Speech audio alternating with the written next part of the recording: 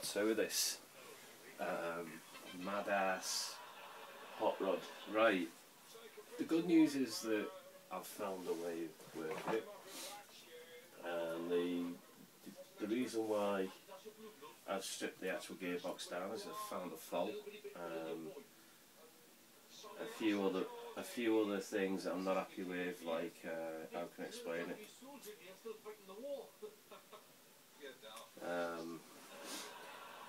The gearbox from here feels fine. That feels perfectly fine. But here, no, nothing at all. It's just, it feels not cheap. It feels cheap. I actually have an Ansmann down here. It's the ARE1, not the ARE2. The difference between the two is the chassis is a sharp, the battery's on one side of it.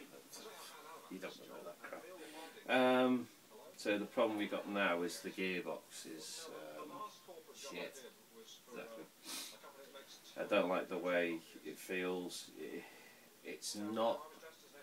I noticed when I was racing it, I heard the slipper clutch going more, which is another thing as well. I'm going to show you. It's this slipper clutch. Must have been made by idiots. These are hard plastic, for fuck's sake. Hard plastic. And then there's no grip on that to try and use it. It's just slack.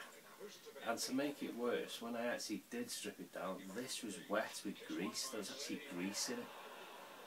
Now, how the flying dog shit are you supposed to work a car? How is the company supposed to sell a cheap car on for people who are on a budget, which is what I mean. You know, this is what I'm on here for, is to save people money. And they bring in crap out like this. Putting grease on a slipper clutch. Oh, and it's an 82, by the way. and this feels like it's, I don't know, it's got broken bearings in it. It doesn't feel like it's got any bearings in it.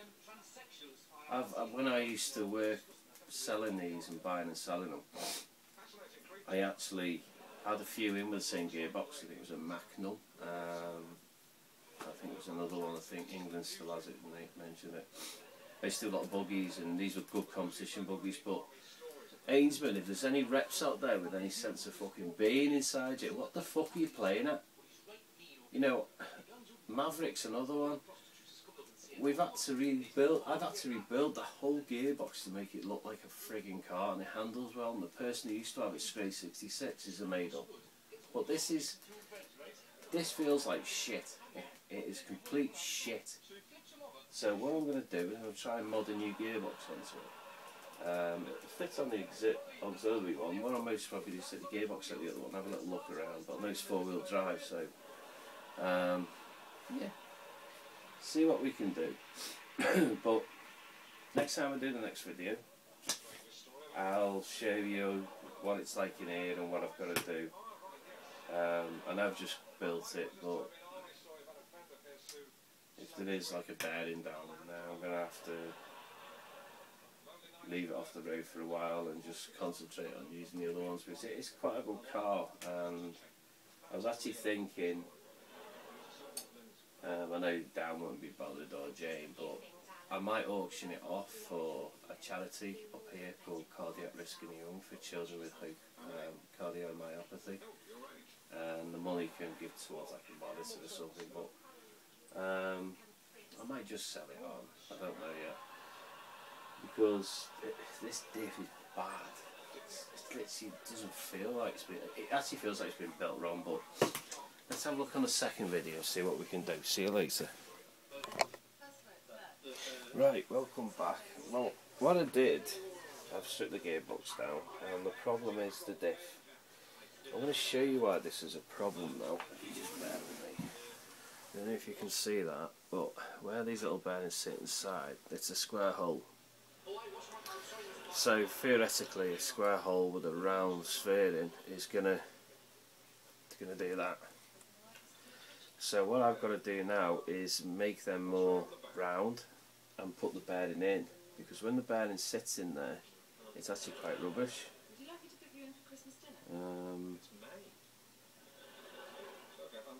People say it's there for a reason, but I actually think it's not.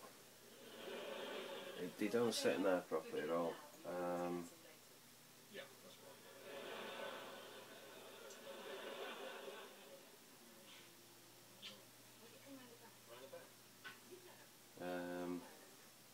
Otherwise, I might just clean up, put it back together now, see what it is. But something is really making it notchy, and I think it could be these moulds here, the mould points.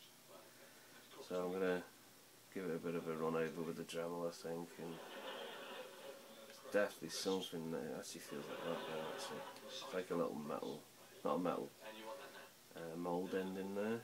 It could be that. No, I don't think it is. But it really is rich. It's very. I've got the bearings. I've got the AR one. This is the one that's them upright things. I can't be arsed using my head today. You just have to play with me. And literally, that was for the rear wheel. Upset. Well, I found some bearings, and the bearings off these actually are the same ones off there, so I just made them, and it fits a dream. Telling you, I've even got one for the other side. The only thing is, still gonna have to put one in there, but no, we'll see how we go on. Gearbox, yeah, nothing wrong with it. Nothing I can find wrong with it anyway. I think so.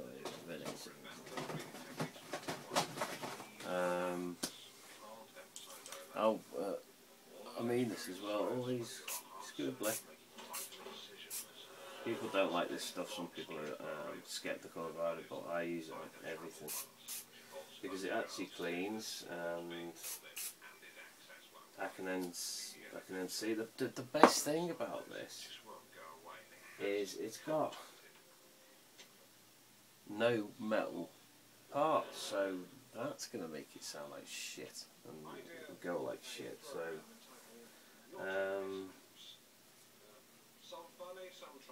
I'll put it all back together and I'll do another video on it, a final video, see if it's any different, but I think it's not going to change. I think this is going to be a fault with it. It's just the gearbox feels like it's been made by not just amateurs but idiots.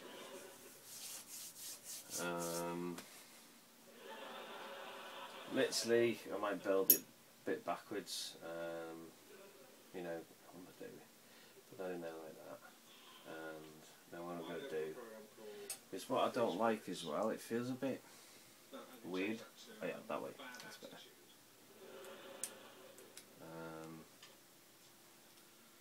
The whole thing just feels wrong. I've even done that, you know, the bit where you do that, and it seems to be okay. That one does feel a bit. Look at that. Seen that? Right. Don't sound exhausted. Have you been running? That's what if you want to go for a drink. There is a little bit of movement in there, I suppose that's no help, but I'll rebuild it anyway, and I'll do a video in a minute on what it's like. Okay, see you in a minute.